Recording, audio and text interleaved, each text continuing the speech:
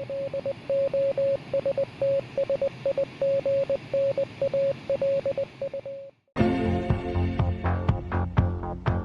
to MOTS, where we'll be applying the Manzer or mostly Thurlow scale of quantitative analysis of pop culture narrative to a binary system. Or MOTS. This podcast contains spoilers, mature content, and language. Viewer discretion is advised. Alright, folks. Welcome to our review of Justice League. I am Rich Perry, joined here by Luis Duran. Good evening. Chris Morgan. Good evening. And Chris, you got the funny logline for tonight? Yeah, well, this is your baby. Why don't you say it? 6 friends go to a Steppenwolf concert, and the light show gets out of hand. Yeah. Spot on. You can't get any better than that. True. So, who wants to start us off with the intro, body, and conclusion? Ooh. I can take that. You want that one? Yeah, I could take that. Not a big deal. It starts off where we see some kid taping Superman on his phone, and then we walk to a world that's like in mourning of Superman still. Like for some reason, like he was this lame person who destroyed Metropolis. But let's move on. So basically, what happens is the movie spent with Diana Prince and Bruce Wayne trying to assemble a team because they know an evil force is coming. Steppenwolf comes down and tries to gather the 3 boxes and takes one from oh Jesus Christ, Themyscira, Atlantis, and they start assembling a team. We get Aquaman, we get Cyborg, and we get the Flash. They do things that are in a really good way. And then the third act, Superman comes back. He's kind of an asshole at first, as per usual, but then everybody gets together, and it's a really nice conclusion. I'm just going to start off by saying the sum of the parts is better than the whole, but I like the parts. We'll get into the antagonists and things that I thought didn't work for the film. But overall, beginning to end, I was surprised, as probably you are, that I enjoyed this movie. I laughed. It had my attention. I cannot fucking believe what I'm about to say. I'm giving this a 3. Ooh. No shit. 3. I mean, I really enjoyed it, and I said the sum of the parts was better than the whole, but I agree. I mean, you could strain it out, and still, I would definitely see this movie again. So, yeah, I gotta say, like, when I was very hesitant to take this one, just because in my mind I was thinking the scenes, I couldn't necessarily put them in the right order. I was describing it before the podcast to some of the guys, and I was thinking I had everything in the right order, and then I was like, oh no, I forgot about Aquaman. Like, yeah, I totally forgot that Bruce went to go see Aquaman. That was one of the first scenes in the film, and that kind of threw me off a bit. But as you described it, it's definitely not the parts as a whole. But if you look at it individually, it's exactly what I expect a DC movie to be.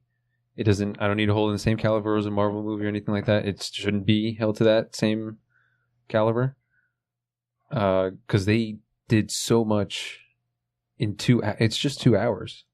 Yep. And they included, they threw in Atlantis, they threw in, the Parademons, Apocalypse, the whole backstory of Steppenwolf with Lantern and all them, and it was thrilling to see everything. Like, they didn't even try to describe everything. No, like, it's just happening right in front of you. It's just you for They did a really good job. They did a really good job of showing. I really enjoyed that not really cameo, but like that throw in of Green Lantern, because like they established Green Lantern's powers. If you had never seen a movie or TV show or whatever, established powers, and the fact that when a bearer dies, their ring goes and finds another bearer. Yep. Because there was a bearer on the battleground. Mm-hmm. Got wrecked by Steppenwolf's axe. Yeah. Yeah. Yeah. So what do you give, Milo? I'm gonna give. So So to build on that, I'd still have to say that I think it just suffers in the third act for me. So I'd have to give it a 2. And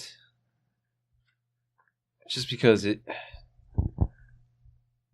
don't know, just for me, like I said, it was a little disjointed and everything like that. And then it just seems like to scramble in the last 20 minutes. Pretty sure I clocked it at 20 minutes or like 19. Everything just needed to just end. Like everything needed to kind of come to a point.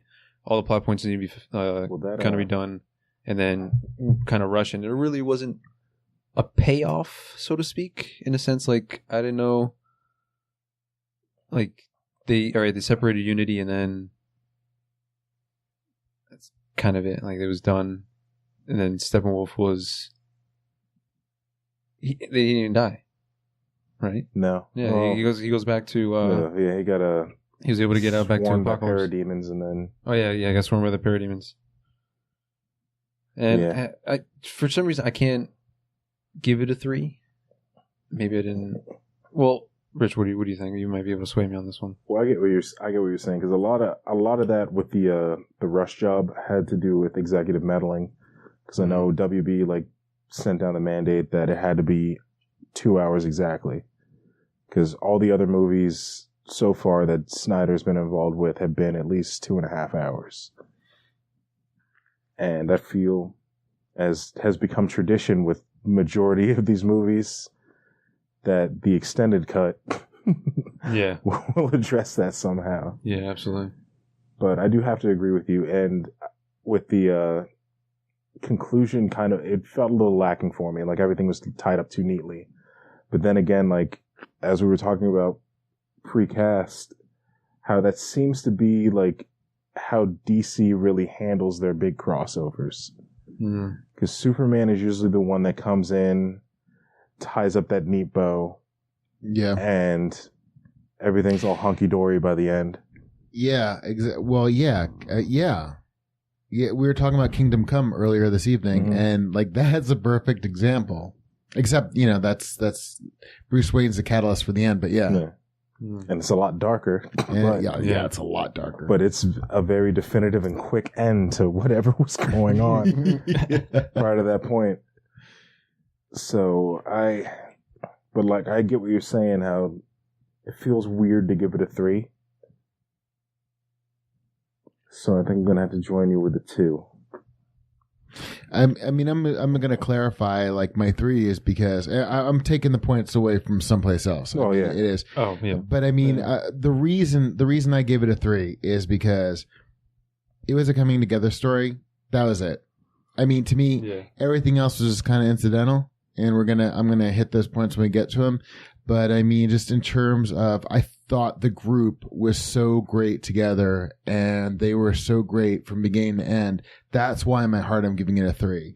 Probably narratively, it would be different, but I only saw this as a coming together movie, and it succeeded in doing what it is. I'm just kind of I'm kind of explaining it to you because I kind of feel weird giving it a 3.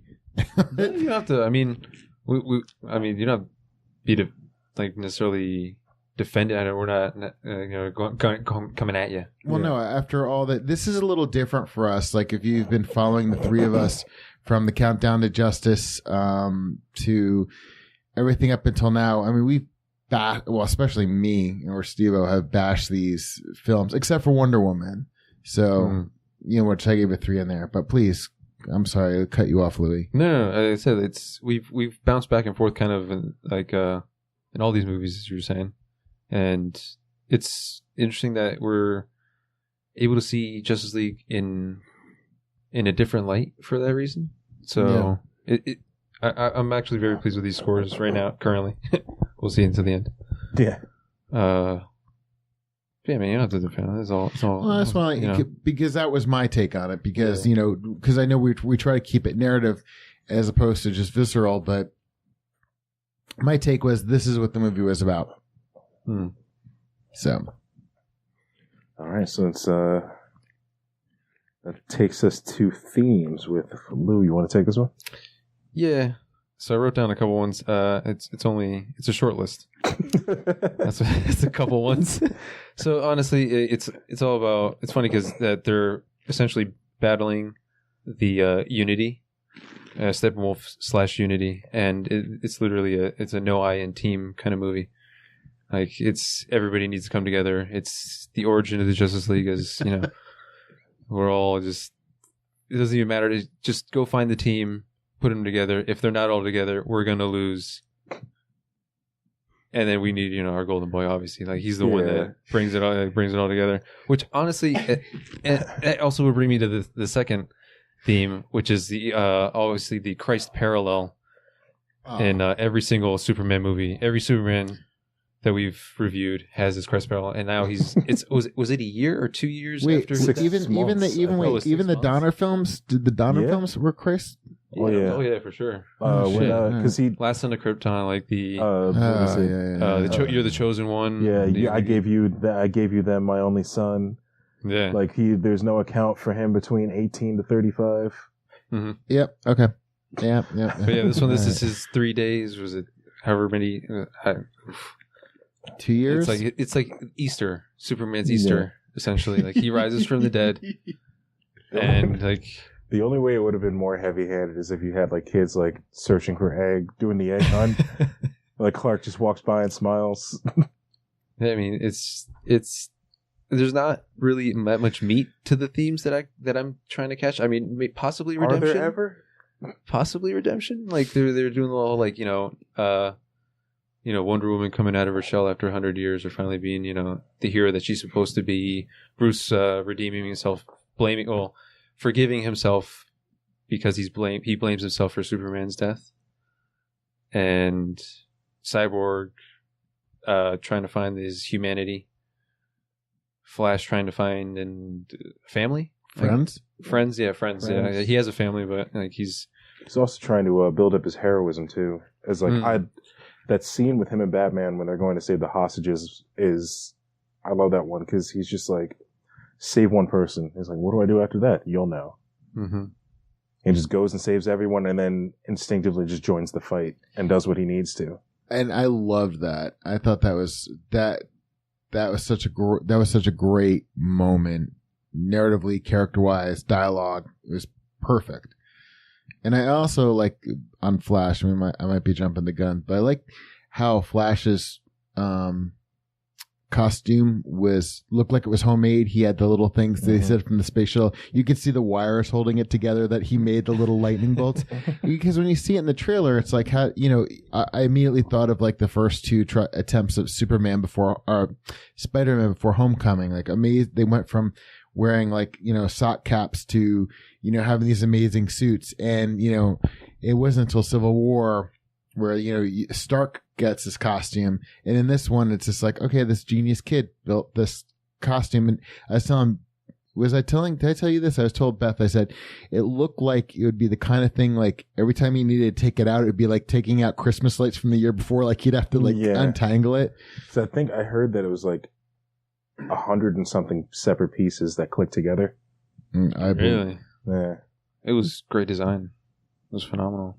Which I guess would not be too much of a burden for somebody with super speed, but you fucking imagine like having to hop into action. It's like, all right, guys, give me a second. All right, where's the corner piece? I need a... Yeah, you have 98 pieces or 99.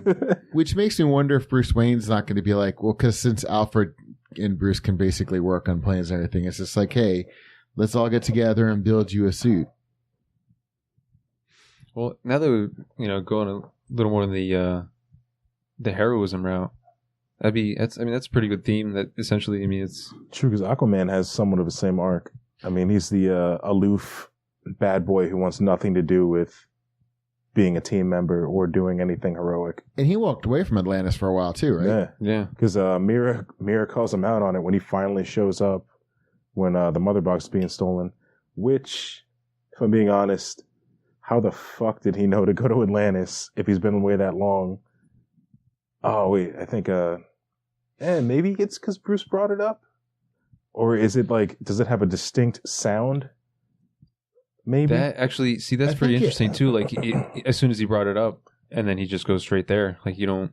Well, there's no mind or reason really. Like you just I don't know. He mentioned later, whenever, which I always thought was funny when Bruce keeps asking him if he talks to fish, and he says, no, it's the water. Yeah, the waves. And I'm wondering, because he was in the ocean when that happened, I'm wondering if it wasn't the current or the waves, the ocean. The current was just weird enough. Yeah. Because, like, Storm has a similar deal whenever, like, the weather acts up. She can pretty much zero in on shit happening. So, Well, yeah, for me. It's cool because if we're gonna go that, like, essentially what the role of the hero and, like, the layers of, like, you don't necessarily need to be like Superman to be your hero. I mean, like, Wonder Woman, her arc was pretty much like being a leader, and she not necessarily didn't want to be a leader, but she couldn't, just because of her prior experiences, and she was so good at it. Yeah, she was. Like, as far as between her and Batman, she had the most luck in winning people over to their cause. Yeah. But then when she took charge and everything, she was in Wonder Woman, we're talking about, where she really became comfortable as leader is when they put the attack on that city. And that's when she realized, I mean, they had developed her character really well going into this. Considering the movie did not read, like, it was bookended by a package from Bruce, but that movie did not read like, hey, we're counting down to Justice League. No. Yeah. Damn. So, I mean, I wasn't really thinking too much on the themes. I'm willing to give it a soft 1, but I mean, I don't think it's. Ugh. I don't know. There's a lot of little things that go into this, but you kind of had me that this is a no INT movie. Yeah. I mean, you even got that line from Aquaman in the beginning. He's like, strongest man is strongest alone. And Bruce is just like, that is not the saying. It's the opposite of the saying. He's like, whatever. So yeah, I don't think the movie didn't.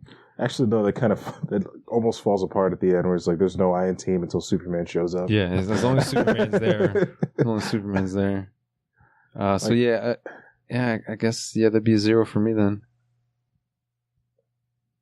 I don't know what you guys think.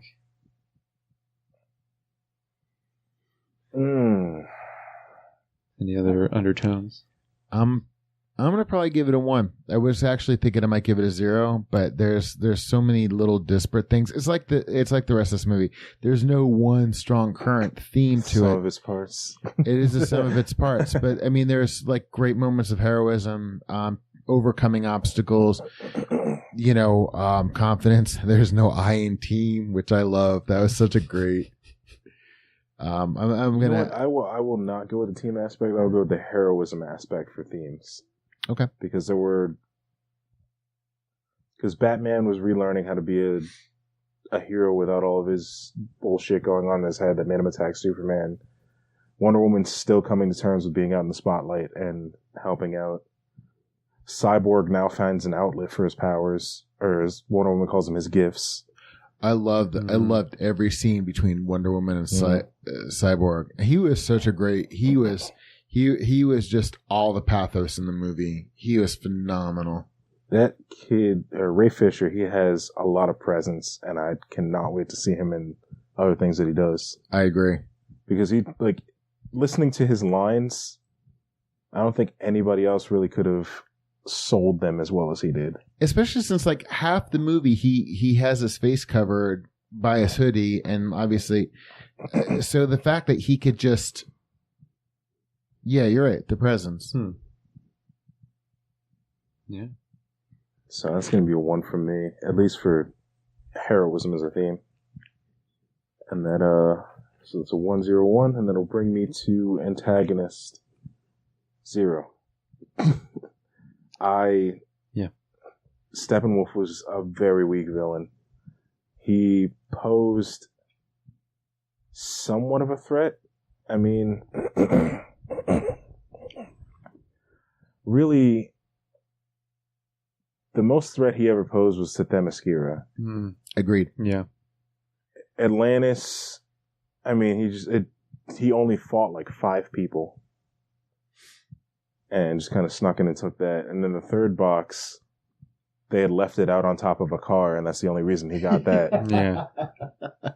I mean, I guarantee you, if they had tricked him into punching Superman, that fight would have been fucking over, and then they could have all gone home that afternoon. Because as soon as Soups got his shit together, like Steppenwolf was no threat. Yeah, at all. Like the only reason it took as long as it did is because they had civilians to save. And the other thing about Soups is he didn't he worked in tandem with everybody. So, I mean, I think even going into when he finally took the death blow to him, was it Aquaman? Somebody else kind of like set him up. It's kind of like an Wonder assist. Woman set him up. Wonder Woman got the assist. So, Actually, it might have been a little bit of Aquaman too. I don't have to see it again, but I know he froze the axe so she could shatter it. Yeah. And then they stabbed him and knocked him the fuck out. Yeah, they did a really good job of, it's like enough. But that's cool because like there was no team. I mean, there's very little teamwork. Well, except for Wonder Woman and Aquaman, there's very little teamwork between the group as a whole until Superman got there. Like he's basically the one going around like giving a little bit here and there, and like building upon other people's abilities. Especially because what was it? Because like when he first hears the civilians leaving, Batman's like, "Oh, Barry's got it." He's like, "Nope, too many." Yep. Goes and helps him. Oh yeah. Comes back to help with the fight. With the building. Yeah. Just snatches the building out of the ground and like flies that off. Yeah, I love Flash that. is pushing a little. That is such a great. That is just such a great superhero moment. It's completely unrealistic. It defies all physics. Well, then again, he defies physics. But the thing is, it didn't matter. You were just so caught up in the moment at that point. But I agree with you. The only time I felt that he was a threat, because it was on Themyscira. Otherwise, I'm like, well, he's just kind of there. He pontificates. That's basically all I did for know. He was even when he was winning against Wonder Woman, it didn't really seem like he was winning against Wonder Woman. No, it seemed like she was just gearing up and waiting for that kill shot. Yeah, well, she is a tactician too. Mm-hmm. And because I know, because like we were talking about, like in Thor, what's her name? Valkyrie? No, Hela? Kate Blanchett's character. Hela. Yeah. If I didn't think she would, I felt a threat. I didn't know. I thought she could have killed like one or two people the whole time. I actually felt she was a legitimate threat, even though she wasn't on screen a lot. I don't know if Steppenwolf was on screen any more or any less, but he just was like, who cares? I just didn't care about him. I couldn't wait till they just got back to the group. He was straight up errand boy. Yeah. Like he was very clearly not the big bad. No. Honestly, what I appreciate is that they probably used this character just for this reason.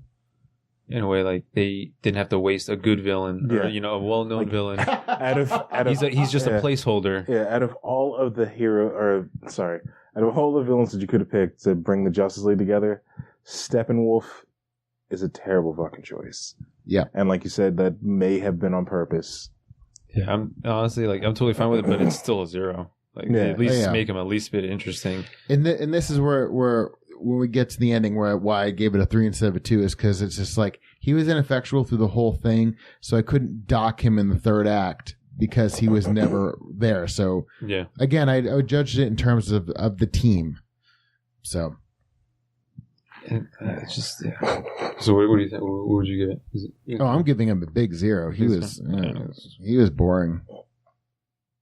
Yeah. Once he got done, once he didn't destroy Themyscira and didn't kill Wonder Woman's mom, I was just like, okay. True. I was waiting for him to kill her. Waiting for that too. I would have been so pissed if they killed her off in this bullshit scene just to steal a MacGuffin. Yeah, that would have. You know what? And even like, because I thought that when they closed down the crypt or whatever the fuck it was, And I very much enjoyed the fact that they had sacrificed that many Amazons only for him to like plow a hole for them to come through. And like the only 2 that really died were like, I guess some of the ones that died in there from the initial attack and the ones that got crushed by the door. And now like the other 50 or so that were still in there have a way out. So he just like took what could have been a nice kill count and just... That was the one scene where they did well with him in it. So yeah. It definitely was very weird for those Amazons. Other than that, he's just killing like flunkies for no reason, like a janitor and his trying to kill a janitor. And see, I thought that part was gonna be a little bit better too when he had all the Star Lab hostages. Yeah, like it was more interesting, but then it just turned into just snapping necks. Yeah, well, they diverted attention to like you said, like Flash. Like his arc, to increase his arc and see Cyborg's capabilities, but still 0. Yeah, nice. That brings us to Chris with Protag. Yeah, Rich and I talked about this a lot for the last couple of days, and I've been thinking a lot about this. And if we were going to name a protagonist, it would have to be Cyborg, Diana, and Bruce, and therefore I'm going to save all that for supporting and give protagonist a 0 because I don't really feel that they're, and that's not, I think that's by design. I don't think it's a slight against this movie. I just don't think that one can say there's a clear cut protagonist in this. I mean, I jumped ahead a little bit, but yeah, like I said, I initially had said, gun to my head, I would have said Cyborg as protagonist because he had more of he had a full arc that tied directly into the mother boxes since it had a hand in his creation. But as I think about it more, everyone else's arc kind of had as much weight and time devoted to it. Well, I mean, Diana, Bruce, and Clark came into this with pre-existing arcs. So the 2 arcs you had to develop were the Flashes and Cyborgs, and arguably Cyborgs was much more of a difficult arc. There's more to it. I mean, Barry, the scene with his dad was really, really touching. I was really moved, but you didn't need that much from the Flash, but Cyborg conceptually was much more. There's much more that had to be done with him. Again, as you said, he was tied in the MacGuffins, but a lot of him, I mean, his beautiful moments with Diana. I mean, I think I think everybody kind of helped each other. So I agree with you, Rich. All things being equal, he'd be the strongest protagonist because he's got a beginning to end arc, but he couldn't have done what he did without the help of others. So. Mm-hmm. Yeah, hearing you guys talk about it, it's kind of made me think that I was originally going to say that, Bruce or Batman was definitely the main protagonist. A lot of it's just, a means to an end to just bring Superman back and stopping the end of the world. And I think if I just think of it narratively in that way, Bruce had probably the biggest impact on that. Even though, Cyborg was part of the mother box and everything, but he was also kind of like, he was a plot point almost to me. True, especially when they you can sense when any of the mother boxes do anything. I'm like, oh, okay, they're going to use him as a Dragon Ball radar. And I also love where we talking about Cyborg. Yeah, because I loved it when he held up his hands, he could see everybody's secret identity. That was awesome. That was phenomenal. That was sweet. I gotta say though, there really isn't a protagonist in this, and I don't think they really wanted to have one. No, I don't think maybe the story it's not necessary.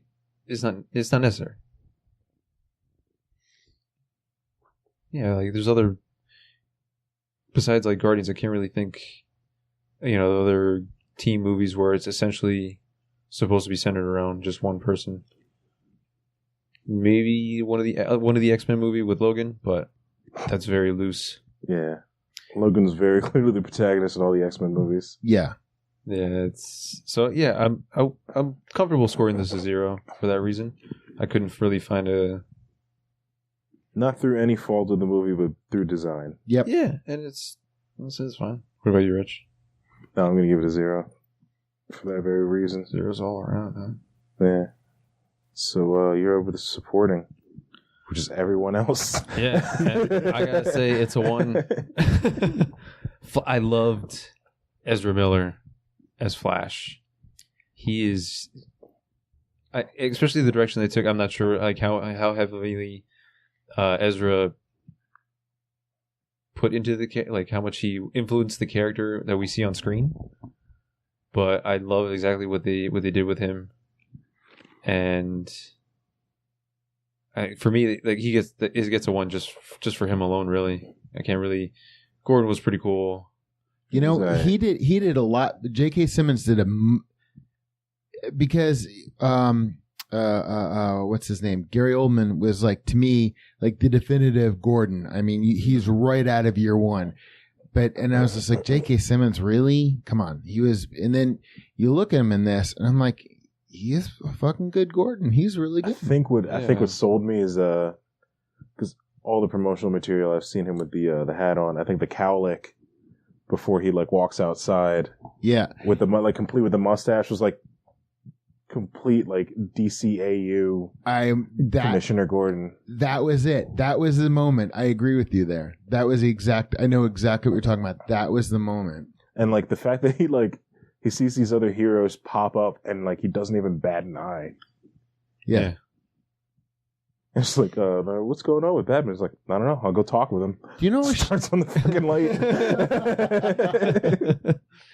Do you know what's really sharp about this film is the texture to it, and this goes to supporting, is because you had Ezra Miller or the Flash. I'm blocking his name. You know, he was like the gee whiz teenager. He was like so excited. I mean, he was the fanboy. Yeah. And then you had Cyborg, the you know, his jaded college student. The jaded college student. You know, he kind of resented being brought back because his life was over, and now he's this this monstrosity. He kind of like sees his dad's like that as a selfish act. You've got the 2 seasoned people. You've got Diana, who's been alive for centuries, and you've got Bruce, but they act like they've been contemporaries. They were definitely the adults of the group. And Aquaman was the eccentric uncle that nobody's seen, who, except for like Christmas 4 years ago when he was drunk, and yeah. And the textures between these people, and then like Superman finally after Man of Steel and after Batman versus Superman was finally Superman. Although you could tell they CGI'd his Henry Cavill's. But I wish that they decided to just leave that in. Like for some reason, he grew a mustache while he was in the coffin, and like have like first order of business after defeating everything to be like, you just shave off the fucking mustache. Yeah, is that going to be your new look? Oh, that would have been such a great moment, because Lois can be like, "What's this?" And he goes, "I don't know. I just I mean, like not even a full beard, just the stash. That's the only thing. Well, you don't like?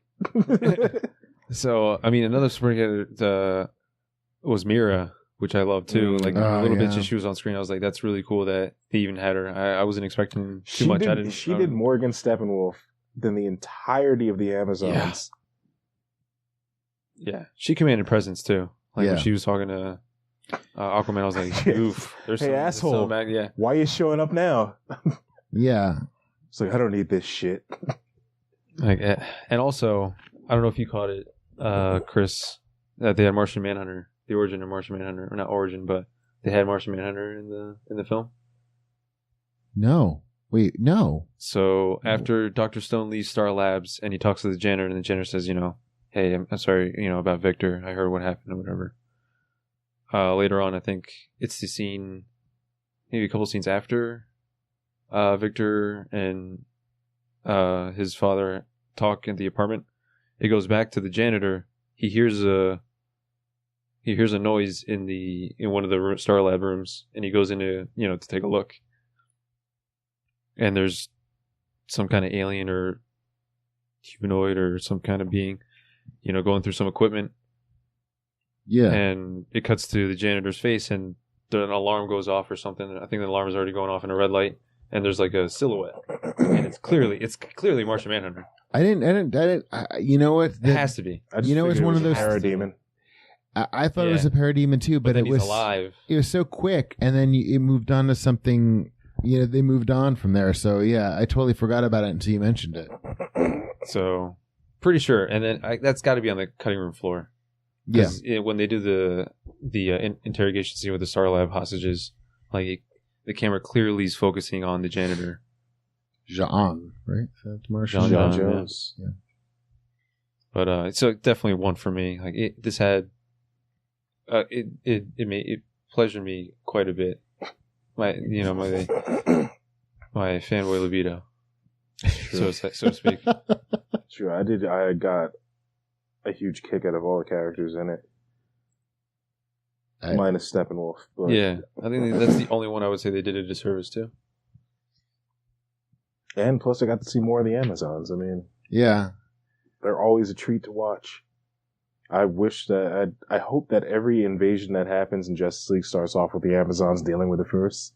dude, I think every movie, even if it's like the Batman standalone, they're gonna start off on Themyscira because, admittedly, It'll be Batman getting some training from. Yeah, I was about to say training. oh with the my god, Amazons. yeah, get him in those waters and kind of like de-age him a little. Maybe that's how they'll reboot him. with the fucking the Lazarus Pit, Lazarus Pits and Themyscira. the Lazarus Pits of Themyscira, the Lazarus waters. He's not unhinged enough. So yeah, one for me. Yeah, one for me. All right, one's all around. So that brings it to me with dialogue. I mean, there's not. Well, I think this goes more to Whedon than anything, but I mean, there were some good lines, but the dialogue itself, as a whole, over the course of over the entire movie, was not. It wasn't something to write home about. I don't know. I don't know if it's the actors or the dialogue, and I definitely see this as Whedon, but like, it's like all the scenes. To me, like, again, I laughed every time there was like a really great line. Like, I was the first one to guffaw. When Bruce kept asking about the fish. Ask Rich. We saw it together. I was like, but the things where you have these beautiful scenes between like Diana and Victor, or Diana and Bruce, or Bruce. So it's just like, I don't know if it was the performance. Or if it was the dialogue. I'm gonna go with the performance. Yeah, me too. Because Gal Gadot and Ray Fisher very clearly gave a lot to their dialogue, and anybody else that tried to like say those lines, but I don't think would have carried as much weight. And I guess Bruce and Alfred had some good stuff. Yeah. But Jeremy Irons is fucking awesome. Yeah. I mean, the only stuff that was good too. The thing that made me laugh, I know nobody else would have, is when he brought back his fraction of a percent line on that he used back in Batman vs Superman. He's like, "There's a fraction of a chance. We have to take it as an absolute." And then they use that again to like try to justify bringing him back to life. I'm gonna say that I'm kind of hoping that that's like his main line. Like in every movie, he has something that he's just like. They can't keep using that same excuse, Bruce. You just see Alfred turn around. He's got a check, like hash marks on the back wall. I have to be honest with you, like it. As I said before, if dialogue's naturalistic and it really carries a conversation, like say an Alien, where a lot of it was improvised. And if we have like natural conversation where I'm fighting to stay alive or stay focused on it, like in Hypercube, that would be my distinction. And I'm going to say the only dialogue where I rolled my eyes and was just like getting on with it was between Martha. Anything basically, I think Martha and Lois. Martha and Lois was just like banal. Lois and basically anything that has to do with Man of Steel, any of those characters, any of that dialogue is pretty awful. and everything that Steppenwolf pretty much said was awful. Otherwise, I'm going to probably give this a soft one because those things did take, points away, but I thought the dialogue was good. I felt it was natural. I felt that it moved the plot. I felt that even with the actors, it gave insight into their characters. And like I said, I don't know. I might give it a decent one, but I'm just gonna say the 4 characters, the dialogue that was written for those guys was just awful. Yeah, I do have to agree with the like when the group is together is a natural dialogue, and this movie does a really good job of having silence where there needs to be silence. Mm-hmm. Like when Bruce is having his little hissy fit with Diana, like none of the others speak until after they're like sure that he's done, and then like Cyborg immediately calls him an asshole. Flash straight up tells him, "It's like, if she kills you, like we're on her side. Like you have no friends in this, like whatever you're trying to pull right now." And considering Warner Brothers made them chop a lot of stuff, I am so glad they kept things like something as stupid as Bruce going in and trying to take off his gear, but he's so hurt. Yeah, it's paining him to do it, and Diana has to come in there, and she's watching him try to do it for a few minutes.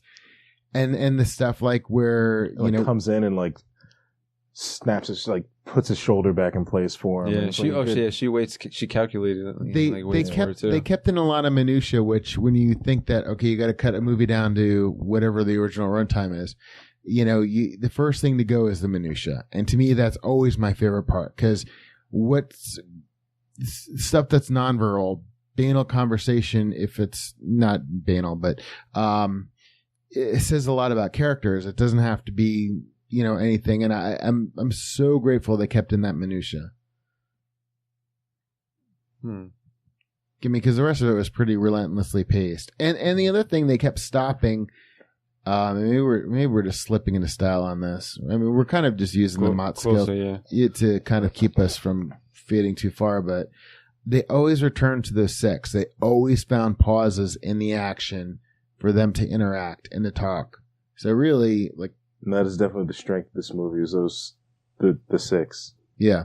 Even though there should be 7. I mean, it's fucking being nitpicky, but all right. See, for me, when I think about it, I couldn't think of any one line that kind of would bring me around to giving this a 1. And I mean, I love the humor and everything. Like, I just don't. I feel like the dialogue was one of the things that was kind of lacking in the movie. Like some of the things, it felt really hard.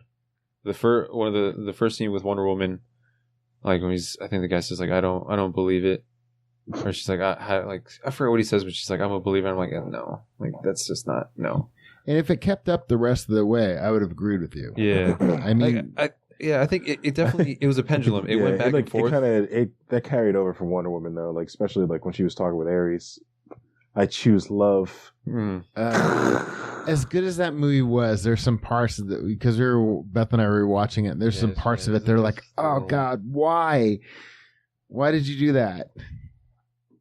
Should have used some Diet Brisk on that. Yeah, too sweet. See, but for me, there's still, even after hearing what you guys said, it for me, it was one of the things that was lacking, and it didn't necessarily need to be Oscar worthy or inspiring, make me want to go out and be a better person. But something where I'm that's exactly what I'd read in a comic, exactly what it's cool. But the interaction was great, and I really, really want to give it a 1. But there's the other, every other scene when they're not together kind of weighs it down. So I don't know. I think right now I'll lean towards a 0. Oof, I'm being harsh with this. It's all good. You're being critical. Actually, it's pretty funny because when we did Batman versus Superman and Batman v Superman and Man of Steel, I was the one 0, 0, 0, and you guys were giving it the benefit of the doubt. In Suicide Squad, Steve-O and I each gave it a 2, and Rich gave it an 8. So it's kind of nice being on. It's kind of nice being on this side of it for these movies. You know, Wonder Woman excluded because that was like an anomaly. We thought that was an anomaly. No, I always had faith. I'm a believer in Wonder Woman. Zero. Wait. I mean, I thought the Wonder Woman movie was going to be good. Or were you talking about the fact that her presence would carry into this movie and make it good? No. I always thought that the Wonder Woman was going to be at least the start of their turnaround. I mean, Justice League it's not a misstep to me as much as Batman vs Superman was, and Suicide Squad. I mean, like, you know, as I always say, and I can't help it, but that scene, the one scene in Batman v Superman that I love is her first appearance, which she has the. Yeah. I mean, and Rich and I were there, and we're like, whoa, you know. I mean, it's just like when she joined, magic happened. Even in a movie I did not like as much as I did not like that movie. It's like she showed up and she's like, wait for my movie coming out. I'm going to let you guys finish this battle, but just going to do this plug real quick. Here's the deal. I'm going to set him up so Superman can take him down. See, she did the same thing with Steppenwolf. Mm-hmm. Really, he gets the credit for it, but she really sets it up. Well, that's what I like about both of these fights. Her and Superman work so well together. Like, she really knows how to set him up to knock him down, or set them up to knock him down. And like she always knows when to pounce on an opening that he gives her, however small. Especially when but they also go on. I'm sorry, I was going to say, especially when they killed off Doomsday, like. But they said, go on. No, you can. No, it's fine. I'm done. No, because I know what you're going to say. Because I'm like, they set that up on Themyscira. Because when they showed it, how they work together on Themyscira, you take Wonder Woman and all that learn, and everything you just said with Doomsday and all this, I keep cutting you off because I'm like, I didn't think about that until you said it. I'm like, yeah, she learned it. She learned it, you know, growing up. Yeah. I'm sorry, Rich. Yeah, it's fine. Like, for them to work so well together, like, there has to be that level of trust and respect. And I have no idea where I'm going with that, but we'll just move on to style, I guess. What'd you give a dialogue? I gave it a 1 because of the group stuff. I mean, I don't know, that was enough for me. Everything else was serviceable except for, like you said, the Lois and Martha Kent dialogue. Oh my god. So when Superman was trying to figure out like who he was, I love you were just like it's like somebody should just yell Martha.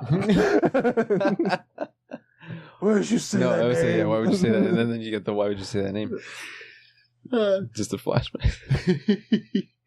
I love the first thing when Superman resurrects. Is the first thing he does is start tearing shit apart. You know, once again, I thought, how far are they going to let him go before he trashes the place?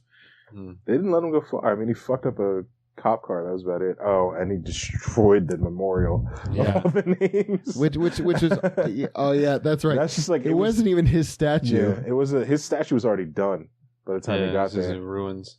He just had his head. We remember. No, you don't. Yeah, let's swipe that out. So I mean, it wasn't a lot of damage, but it was felt. Superman's back destroys the memorial. Superman alive destroys the memorial. Yeah, I never liked the guy. I knew there was something about him. That'd be so funny if they were like they showed an office and 2 people talking, and then the building behind it just collapsed, and it's like, oh, Superman must be back. Superman's back. But then after battle, like you got him like the cape off, hard hat on, just just fix it right up. All right. It brings us on to style with who's up? Is that me? You did dialogue. You did dialogue. I did? Yeah. No shit. So that's over to you for style. Oh God, this is difficult because on the one hand, you could tell like you could tell like the third act was all green screen. And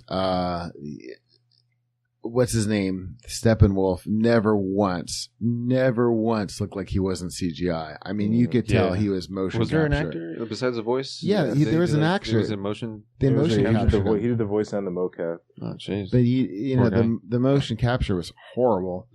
I loved the scenes with the groups; those all worked. I especially liked the thing where Aquaman's sitting on the lasso of truth, where he's just like, "We're all gonna die." And, oh my God, you're so beautiful, you know. Blah, blah, blah. And he's like, "I really say all this stuff because I'm lonely and all this." And it turns out he's sitting on the. I mean, I don't know if that falls into style. Sure, why not? I don't know. So, you guys convinced me because I'm back and forth because a lot of this stuff I liked, and then a lot of it was like I kind of felt like had that Zack Snyder pretentiousness and green screenness.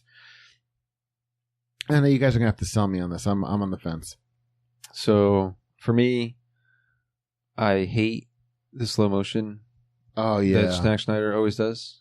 Yeah, he overuses it so much. Oh my God, it was used. I mean, it was crazy. Like I lost count at one point. It wasn't. You know what? It I wasn't agree. as egregious for me as it was in Batman vs Superman. True. Yeah. Well, especially like because I think what put me over the edge with that is every time Bruce walked from the mansion over to the bunker was always in slow motion for no fucking reason whatsoever. Yeah. And Lex Luthor even walking down the hallway. Why are we going in slow motion? Yeah. Well, I was gonna say that said, I love the slow motion that they had with anything with the Flash. Like I would say for style, like the fighting scenes were pretty damn good. Like the scene where they fight Superman gave me chills when he tracked Flash. Like he was trying to get the jump on him and flank him, and then you just see Clark just first with his eyes, and then he turns his head, and then it's just his whole body, and it freaked me the hell out. And then just goes this and throws Aquaman, Wonder Woman, and Cyborg off of him. But the thing is, like Patty Jenkins in Wonder Woman used the slow motion to kind of set up the maneuvers. She's like, "This is what's happening. Then we're going to bring it up to speed." It was so appropriate for Superman and the Flash. And if they kept it to that, that'd be great. But yeah, you reminded me of like how at least they didn't use it for people walking down the hall or walking across the field. And at the ending, when they went back to the old manor, I'm like, oh no, please don't visit the crypt. I immediately was like, oh no, not the crypt again. God damn it, don't go to the crypt. But I agree. I surprisingly, there was no slow motion team walk up. Oh, that would have been way too precious. I always, you know what? I never like when any medium does that because I feel it's the most overplayed thing ever unless you give a comedic element to it. Like in the first Guardians where they knew what they were parodying. We have like Gamora yawning and like somebody picking their nose or whatever. Yeah. Yeah. Let's see. Anything else too? Like the rest of, that they use, like the costume design, phenomenal. I love what they did with the Flash. Like we were talking about it before the cast. The little intricacies of his suit. I don't know if you noticed, like when we were in Gotham, it's like Tim Burton's Gotham, where it's like clearly a set. The rooftop is clearly fake. Yeah, and like there's a buff like plumes of smoke. Classic. It was like between like a Burton and Schumacher. Well, like not Schumacher, like over the top, like grandiose, like monuments and everything like that. But it's very like it's very dark. But it seemed almost like a parody. We were talking like the robber that he uses to get at the parademon. Like it was so cartoonish. It is rich. I feel like oh my God, and like I thought that scene was gonna end, and then the robber launches into exposition. Like it's because he's gone, isn't it, Superman? I mean. It's been about 6 months since that day, to the day. It's like, yeah, kid, you're right. And what did you say to him? It's like when we were watching. Oh, I was like, so he just like fucking let him go, like let him keep everything. Yeah, it was amazing. Like, I wish I had like. So can I just take this and? Oh, that's another thing. He followed him to another rooftop. Yeah, like the robber followed Batman to another rooftop while he was fighting the parademon because he just walks in off screen. I'm like. Why the fuck didn't you just leave? You're out, man. I feel like maybe like they've had a rapport before. Like he's like, oh, I'm capturing him again, or whatever. Like, you know, he's like his version of Turk from the Netflix series. In the what? In the Netflix Marvel series, like Turk, he just keeps popping up in everybody's series like a low level crook. Oh yeah. Like that's Batman's Turk. He just I was actually waiting for him to show up in Homecoming too. I still say that was a missed opportunity. But yeah. Well, there. So yeah, go back to the sets, like, and then it was cool seeing the exact opposite in when they show Wonder Woman in Paris in the broad daylight. You know, she's he's the Dark Knight, and whatever, she's Wonder Woman in daylight, what have you. But everybody kind of had their own palette, which is really cool. Beyond that, though, I'm not sure what I could score this. It's just I'm not. Nothing really blew me away. I was very impressed with the underwater sequences, though. I thought that was. I mean, granted, a lot of this is CG, so there's a lot to take away. But also the Icelandic stuff I liked a lot too. Yeah. And unlike the Snyder sepia tone, I mean, like you were saying, every place, because the Iceland place had that cold blue tint to it, and then Gotham had that kind of surreal. You're on a set. Russia had that like reddish. Yeah. And then Kansas looked alive, not as alive as in the Donner films, but yeah. I mean, the music was great. The music was phenomenal, and I like the way he subtly worked in all the different themes, like the Man of Steel that was wonderful, and the John Williams that was wonderful, and his own from Batman, and then the Hans Zimmer with the Wonder Woman. He did all that so well, and I know that goes into style too. God damn it, this is fucking. We are in style. What? We are in style. Sure. Yeah. So I'd say I mean, like it's definitely running for a 1 then for me. Like I forgot, like, for some reason the soundtrack. Probably because it wasn't as egregious as like Suicide Squad, and it wasn't as memorable as like Man of Steel or Wonder Woman. But I like the subtleties that they changed in the Wonder Woman theme when they showed it. Like it wasn't like like loud, heavy. It was subtle, and they kind of like slowly under the normal audio of the action. Well, God damn it, Danny Elfman pushed me over. I think I'm going to give it. It might be a soft one. So yeah, I think it's definitely a soft one for me. But as you said, like the as Rich was saying, every place had its own unique look. Even if some of it was the green screen that you could tell was green screen at the end, and things like the Flash's costume and the music. I mean, that all plays into it. So I got to give him credit where credit is due. I do have to say, I was not expecting to. I thought I was going to not like Cyborg's look as much, but it worked for me. Oh my God. And I loved it at the end where he got it all together. So it's forming it into like his comic book look. Yeah, they did a really good job with him. I was wondering how they're going to pull him off, and they did a really good job with him. What do you think? No, I'm giving it a 1. 1's all around. Nice. So that brings us to Lou with recommendation. So we said earlier it's I'm not sure if we talked about it. It was definitely precast, but this movie, as a comic book fan, they throw so much that anybody that has been reading DC comics, not even like for the past 10 years, 15 years, or whatever, maybe the past like couple years, you have so much in there.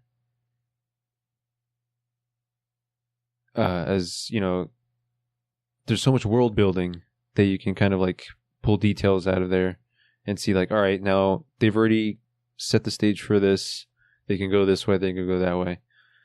If you're a person that, is just first starting to see like Man of Steel, Wonder Woman, Batman vs Superman, it's going to be hard to kind of stay along for the ride. But if you pay attention, the details are there. It's hard to give this a recommendation for anybody. For somebody that is just, a regular moviegoer and everything that is not a comic book fan.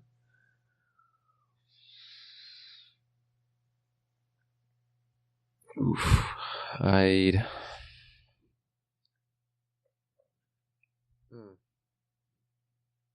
I'm gonna give it a soft 1 because it's still a fun movie, and it's very action packed, entertaining. It's a popcorn movie, really. And you did recommend it. You said you were going to recommend it to comic book people. Yeah, so I would say for sure, yeah, it's definitely a soft 1. You have to go see if you're a comic book fan for sure. Just cause like it's like it does not have the benefit that the Marvel movies have, where they spent time building up the characters as they're portrayed in their cinematic universe. Like DC has always made an amalgamation for their characters where it's like, hey, you remember this Elseworlds comic, this version of the DC, this version of Earth 1 before Crisis, after Crisis, we have New 52 Superman rolled up in there. Mm-hmm. And as far as being able to use the other movies as bouncing off points, I find them lacking at some point, or in certain aspects. But like you said, it is a fun movie.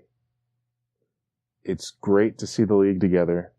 I mean, I didn't think I would have as much fun with them as I turned out to.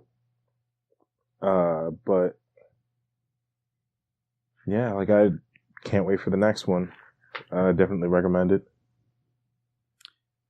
Yeah, I do not go into this expecting a huge story, or I don't expect this to have an antagonist. But it is all about character, and arguably, the character is the most important. And you know, I was just thinking that you said it. Whedon did come in, and he directed about 20% of the movie. He did a lot of reshoots, a lot of dialogue. And he had that experience to work in the first 2 Avengers movies. And the first Avengers movie especially had moments where things would slow down.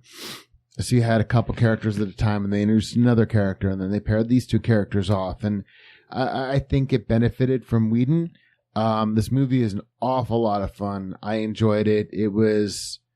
It had a good range of emotions because it was all about character. Do not come in here expecting this is going to have a great story, because the story is pretty Lincoln Log. But I highly recommend this. I think it was a great movie. I thought it was a lot of fun. I really enjoyed myself. And I did not enjoy, what did you say the other day on Facebook, where you said that you were in traffic for 3 hours and you enjoyed that more than Batman versus Superman? I was in traffic. I was like driving around for 3 hours with no radio, and it still gave me more enjoyment than Batman versus Superman. God damn. And I'm also going to say, I can't wait for the extended cut of this. I am so looking forward to the me too. You know what? Yeah. Like I found myself, as with Wonder Woman, wanting to watch this again. Like like not out of obligation to like get more out of it to help me for the podcast, but to actually like really enjoy it more and like see certain scenes and like try to catch things that I missed. And now I've also never thought I would be excited for an extended DC cut.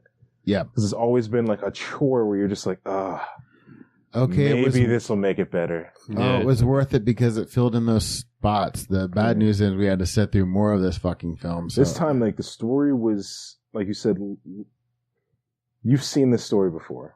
Yeah. Countless times. So it's like, you're not really gonna have anything added onto that more so than just character interactions and maybe more backstory to give you more of a feel for these people. And that works for me. Yeah, I mean, when the credits were rolling and we were waiting for and there's a mid credit, and and there's an end credit, post credit. And when we were doing that, when you're talking to your dad, I text Beth, holy shit, Justice League is great. It was everything. I mean, we had a lot of stuff to do yesterday, and I'm like, I really want to just drag her to this movie. I'm like, I know you don't care about seeing it in theater. I want you to go. And she's probably going to listen to this going, no. But I'm not speaking for you, honey. But yeah, it was that good where I just wanted to go home and bring my wife and to see it again. beat home. It's like, we can still make the 8. We can still make the 10 o'clock. Yeah, I was gonna say. Actually, at that time, there's a 9:30, and we could have That's made the right, 9:30 yeah. because the movie ended at like 10 after 8 or something like that. I got the total score actually Yeah. on here. So I give it a 5. Really? Yeah, you get an 8. Perry gave it a 7. That What gives did it what did you about, dock points for? Themes, antagonist, protagonist, and And dialogue. In dialogue, okay. Yeah, butchering that one. Butchering this thing. So it's like it was 6.67, 6.66. I thought you did the math on this, dude. 666. Yeah, 666. 6.66. Yeah. So you're gonna round that up to a Just a 7 and twenty, just twenty, leave it I'd at say- 666? No, we got to leave it at 666. Yeah, 66. Oh, So- that's fucking awesome. The mark. Yeah, it was, it was total Mark 20 of Apocalypse. Oof. I mean, I think, man, as much as glowing praise as we gave it, I mean, I think it kind of fits. Yeah, it's definitely. Yeah. It's not as bad as like Rotten Tomatoes and everything. Saying it's well over 50. Yeah. And it's 66%. Yeah, I like I said, don't expect this isn't a Jarmusch movie. This isn't. Yeah, you're not going to see Dark Knight. Or, Yeah, you're not gonna see. Yeah, you're not Logan seeing or Dark something. Knight or Will we Logan. ever see a DC movie like Dark Knight? Probably not. But no, it was thoroughly enjoyable. And if it weren't for the characters, I mean, if they didn't decide this is a character movie and just tried to force feed us that this asshole is a threat, Steppenwolf. The more we talk about him, the less I'm remembering his name. The movie would have fallen on its ass. I'm going to say that.